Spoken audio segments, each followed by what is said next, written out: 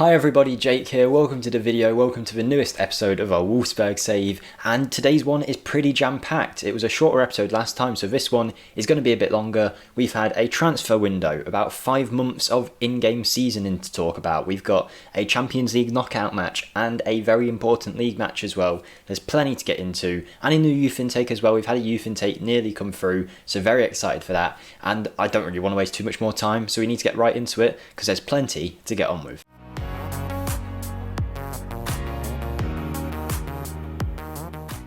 Hi everyone, Jake here, welcome to the video, welcome to the channel if you're new. I'm very excited for this Wolfsburg episode because there is so much to unpack since last time. Thank you for all the support on the episode so far, but just to basically set it up, I recorded a video about 2 months back in game time, maybe a month back or so, early February let's say.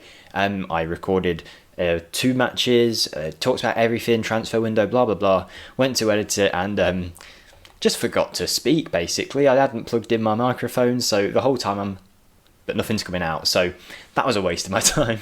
So we're a bit further forward than you might have expected. We're now in March. You last saw us in like November, December time I think, so plenty to catch up on. The league, the Champions League, transfers, youth intakes, injuries, players coming back, players who we sold actually in the transfer window. There's a fair few things to talk about, but I think we'll start off with our general form and talk about the matches that we've got today. So today you're going to be seeing us play Inter Milan in the second leg of our first knockout round of the Champions League. I mean AC Milan, we're playing AC Milan in the Champions League, not Inter Milan, and then we're playing Freiburg away in the Bundesliga in what will be a fairly big game. They are only 8th and we are 4th, so you know, that seems pretty good, but we're struggling really to maintain this 4th spot. We should be okay, but I mean, Mainz have got a game in hand. If they win that, all of a sudden it's very interesting. But between Gladbach, us and Mainz, one of us is going to miss out on a Champions League spot. And we best hope it's not us, because we've actually proven to ourselves so far that we're a fairly good Champions League team. But before we go and have a look at all of that, and I keep waffling on and talking, I just want to ask you guys, it would really mean a lot if you could hit the like button on the video. It just helps so much in sharing it out to as many people as possible. This series isn't as big as the Newcastle series, I didn't expect it to be, but every like, every comment, whatever it might be, helps the algorithm and helps me immensely. And with that being said, feel free to drop a comment. I love getting involved and I try and reply to every single comment. Subscribe to the channel if you haven't already, as we push for 6,000 subscribers. If you are watching and you're not subscribed, I'd ask you to do so. You can change your mind at any point and it greatly helps me out. And that is everything, guys. So let's start off with our form leading into these 2 big games today. So I think, and I could be wrong, but I think you last saw us here against Ajax in the Champions League, because I said if we won that, we'd have a very good chance of going through. Maybe it was a Sevilla game, but it was one of these 2 Champions League games. That month of November was immense. We only drew 1 game, and that was against Arminia Bielefeld, which was the only disappointing part of the month, because we did beat Dortmund, Sevilla away, Ajax at home, and Augsburg at home, and we looked very good. We then went into our December month, and our league form started to flag a bit. You expect a loss against Bayern Munich. That's probably going to happen, particularly when you get a man sent off after 43 minutes. We were 1-0 up, but we couldn't hold out for the full 90. We beat Köln 4-0, but we lost to Stuttgart, unfortunately, at home, and lost away to Mainz as well. That Bayern Munich game was actually the last time we lost, because since then we've been winning a fair bit, but we've been drawing some matches that I think are fairly winnable, which has been annoying me, and I really want to turn that around today. The surprising thing was on camera, that I didn't actually get to put out because I had no audio. We did beat Milan away in the first leg of the Champions League 3-1. Baku, Weghorst and Lemaitre getting the goals in that game to give us a very big advantage going into the home leg. Of course, away goals don't mean anything, but to be 2-0 up and now playing at home where we are way better than we are when we were away, of course, I'm very confident that we're going to come through and get into a quarter-final stage. We're also getting into the later rounds of the DFB Pokal, which is a German FA Cup equivalent, basically the German Cup competition. And we've got Freiburg in the league, as I mentioned, they're 8th. And the league in general, it's a bit of a weird one because, like I say, Gladbach, us and Mainz are very close together. But we can't compare ourselves to anywhere near the top of the league because Bayern Munich, 24 games in, have only lost 1 against Gladbach away, which is not a bad way to lose in any matches, and they've drawn to Frankfurt away as well. They're pretty much unbeatable at current point. They just keep winning and winning and winning. Even Dortmund haven't lost that many games, although there's a big difference between Dortmund and Bayern. Bayern are very dominant and are looking like they're going to be a scary opposition to try and throw off the top of the table, which we would have expected, and they are still left in the cup. But with the teams left in the cup, I think we're second favourites for it now, so who knows how far we could go with that. And the Champions League, of course, if you look at the teams left, we're probably the team that is least likely to be here anyway. So the fact that we could be making a quarterfinals makes us massive underdogs for this competition. Before we get into the 2 games though, I will try and rush through it quickly, but we have had a youth intake pre-thing come in. It's not came through just yet, but we have been given an excellent intake, which is going to be a golden generation for the club apparently, which is very exciting news. And apparently it includes 2 central midfielders and some very good centre-backs and a goalkeeper, I think it said. Yeah, so 2 good centre midfielders, 1 very good centre-back and 1 very good goalkeeper. It looks like we're going to have the centre-back and the central midfielder be the 2 best players, but that's for us to see later on. So for the people who are channel members at the highest level, I think there is one guy currently who is at the highest tier of the join button, next to the subscribe button. You'll actually get to have your name over whichever one of these youth intake players you choose, should you want it. And just a big thank you to all the other people who are channel members currently as well. It really does mean a lot that you are supporting the series in that way.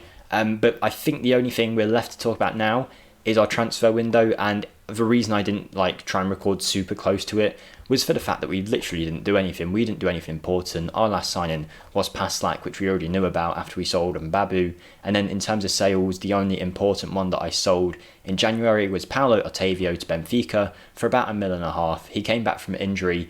I played him once and sold him. I figured if we didn't need him for the first half of the season when he was injured, there's no point keeping him around for the second half, using up wages. I'd sell him on while we had the chance. He's fairly injury prone as well, so the fact that we can get some money in from now, forget about him, I think it's fine. It's not the most money in the world, but it's something. And financially, we are doing pretty well. Whilst the balance isn't massive, the club is currently upgrading the stadium, I believe, and we've had some of our facilities upgraded, or at least in the process of being upgraded. I'll have a look now, but facilities are going well. We're improving them, and we are adding a fair few seats to the stadium too. There we go, yeah, so improving the youth facilities currently, improving the training facilities and expanding the stadium. So building the infrastructure of the club up by a lot.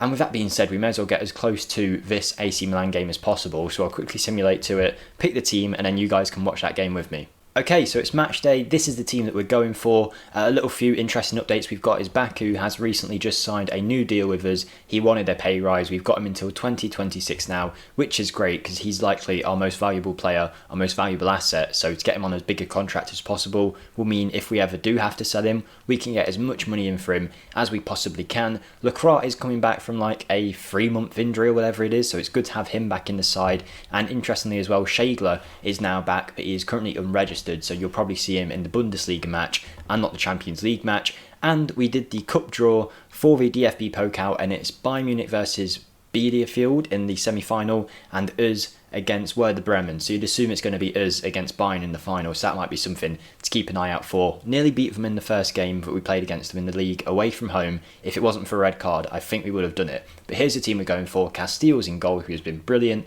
so far this season. Baku, Lacroix, Bernal, Roussillon, who is a bit ill, but he can play for 75 minutes, so that's fine. He also almost left in the January transfer window, but for the lack of not being able to replace him, I thought, you know what, we'll reject all the offers and just keep him until the summer.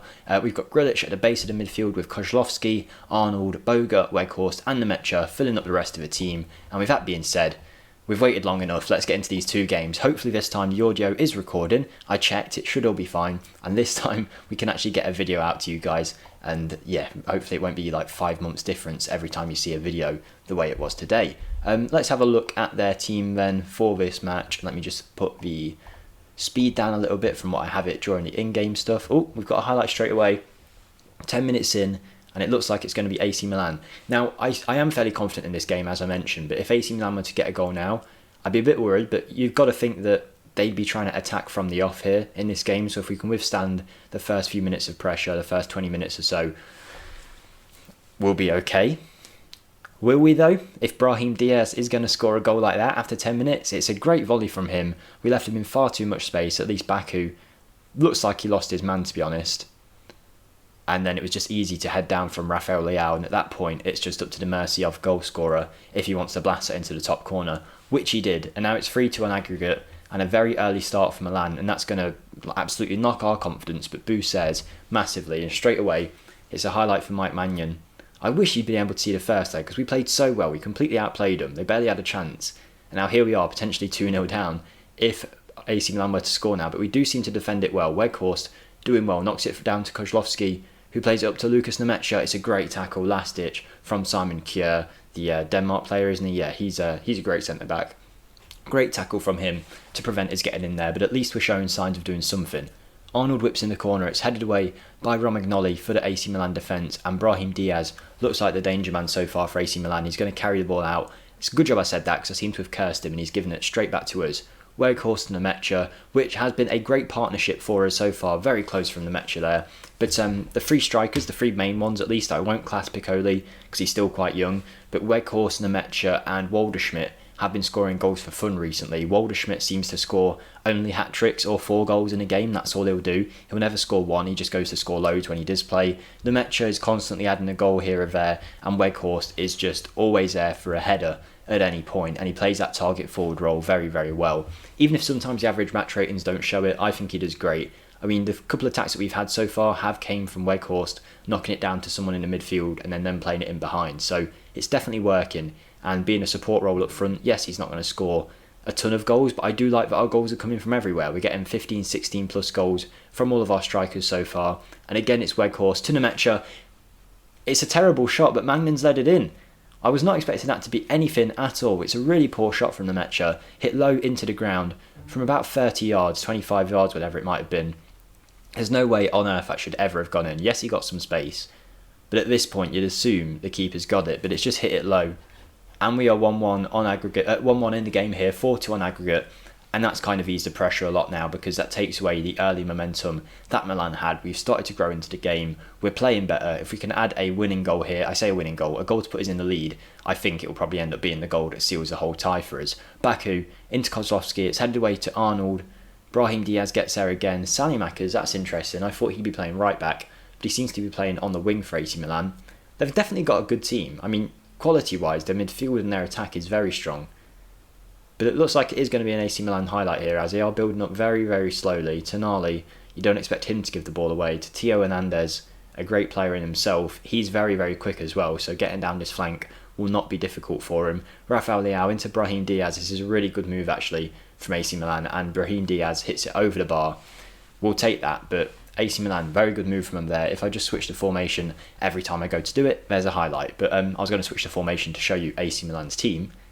Doesn't seem like it's going to matter right now, but Calabria is in on this right-hand side. They seem to be getting down the flanks quite easily, but as long as we can prevent anything happening from the cross, that will do. Very, very lucky there. Rafael Leao again winning the header at the back post, knocked it across to Zlatan, who then should have really scored, but ended up hitting it right back across goal, back to Leao, who hit the post. That's a good half of football, I've got to say. Plenty of chances. It seems like overall AC Milan are edging it, but that's fine because in the course of the whole tie, we're still doing very well, in a very good position, and I shouldn't be complaining too much, but I think Arnold will have to come off soon because he's not having the best of games. It's a poor corner in from him there, and again it's going straight to Brahim Diaz, who's going to look to counter-attack for AC Milan unless we can prevent it early and go back up the other end, but it doesn't look like we're going to do that. Actually, yes, we are. Weghorst battling back, the target forward, works hard, plays it to Baku, Baku to Kozlowski, the youngster, Boga into Baku, Baku's got to put it across the box here. He does. Weghorst, who started the move, back to Baku, Kozlowski, it's in! It's took a deflection, but Kozlowski, the youngster, has scored for us. Only his second goal of the season. It took a deflection, but we'll take that. That's the game, the tie sealed, should I say. We might not end up winning the game itself, but the tie overall has been completely sorted with that goal. Three goals ahead with only about 30 minutes to go. I thought we took too long with everything here, and that was probably going wide as well from Kozlowski, but we'll take it. We're winning quite comfortably. Time to probably start resting some players here, I think. Let's have a look. We'll take off Kozlowski for Gerhardt. We'll take off Arnold for Gilavogi. We'll take off Boga for Philip. We'll take off Weghorst for Piccoli. Paslak slowly coming back from injury, but not enough to displace Baku just yet. And then I guess we just go Waldschmidt up front just to take off Lemaitre as well. And then we can start all of them in that important league tie against Freiburg, I think it was, right? Yeah. 2-1 now, 20 minutes to go. It's been a good performance overall, not for the lack of not giving them any chances. They've had chances to score too. We just seem to have had a couple more and taken them when the time has come. We've just been very clinical, I would say, in the way that we've played this whole time, not just this match, but the first game was a bit similar. It was quite tight, but every time we had a chance, we managed to score. I would have said overall in the first leg we dominated a bit more than this one, but we've done the job here. It looks like we're going home very happy. I say going home, we're already at home, but Philip is in here. He lobs the goalie, it's just over the bar. We're going into a Champions League quarter-final in our first season, and if you don't know, this series will end when we win the Champions League. I don't expect it to be this year. I don't expect us to get to this same point in the Champions League next year. I think we're riding our luck a bit, but saying that, we've knocked out AC Milan. We had Ajax, Chelsea and Sevilla, some very good teams in our group, and we knocked all of them out. Ajax actually were the ones that made it through. Chelsea got knocked out, Sevilla got knocked out. So we've got to class ourselves as a good team, I suppose, even if our squad probably isn't a Champions League level squad just yet. Here is Piccoli though. He's done great to put a cross in, but Magnan has claimed it very comfortably. And you're kind of just waiting for the whistle to be blown in this game now, just so we can move on to the next one. Hoping for no injuries, no suspensions, nothing like that. Although an extra goal for us wouldn't be bad at all, and it's Waldschmidt. He doesn't miss from these positions. Apparently he does, he's just put it wide, but usually he bags them. Like I say, he doesn't want to score one goal. Waldschmidt only wants to score 2 or 3. That's the only way that he'll play. Brahim Diaz is in here, another good chance for a goal. Across to Leao, and it's a great save from Castells. And probably not the best decision from the AC Milan attacker there to square it instead of shooting. And there we go, right, we've got the win finally after a long time of waiting for the game just to be over. Very happy with that. Now we are in a Champions League quarter-final. No idea who will be playing yet, but let's go and have a look who are actually left in the competition. So Wolfsburg through against Milan, Porto out against Man City, PSG through against Inter, Besiktas or Atalanta. I take either of them. I think we could get past both of them. Because AC Milan, I believe, they're second in the Serie, but they're close first, I think. Yeah, they are pretty close to first, whereas... Wait, who is that other team? We're looking at Atalanta are third. Okay, they're also a pretty good team, I suppose. But if we can beat AC, we can beat Atalanta or Besiktas. Real Madrid, Bayern Munich. So Bayern Munich out, make us the only German team left in the competition, I think. Ajax doing well against Liverpool. And no, there is Dortmund. Dortmund are still in it. They look like they're going through against Juve. So it's a good performance from us. And I guess I'll see you in the Freiburg game now. I need to move quick so that this video doesn't drag out for too long. But I'll see you there. Okay, plot twist. Just before our game against Freiburg, our youth intake has came through. And you're about to see it, as I do as well. So we're starting off with a goalkeeper who's behind the camera. So I can't see him yet. Here we go, 15-year-old. Don't get too attached to the names because we might be switching these out for the channel member players fairly soon. But a 6'1", 15-year-old. Plenty of potential. Some decent starting attributes. His determination might be a bit too low for him to ever really reach at a top level, but potentially a goalkeeper for us in the future. We'll see how he develops, we'll mentor him, try and sort him out a little bit. He could be a great player for us in the future. And then we've had a central midfielder come through with plenty of potential, some great mental attributes on him, the 15-year-old.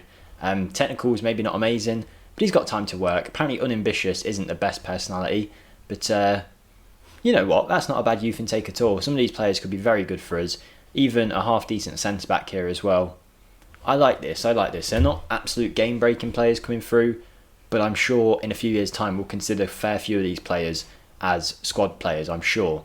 Okay, that's a cool little thing to have, a little golden generation to come through during a video. It's not often you get one of them. A lot of people do say that the first one that you get, your first youth intake, tends to be the best one.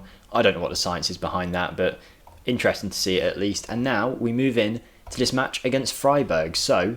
opposition instructions are on. Okay, let's pick our team for this Freiburg game, and while I do, I'll just say in terms of those youth intake players, if you are someone who is on the highest end of the channel membership spectrum and has the perk of being able to put your name in the game, just drop a comment, tell me which of the players you want to be have your name on, and I'll put it on first come first serve basis, but currently there's only one of you, so it should be fine. But yeah, let me know down in the comments which of them players you want your name on. John Brooks, Gerhardt, Gangnan, Baku. It's a bit of a change team. I'm not sure that I want to use this quick pick because it is making our team very weak here. I think, ideally, Schegler starts there.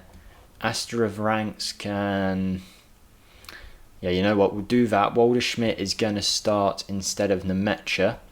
And Boga isn't going to start. We're going to start with Philip.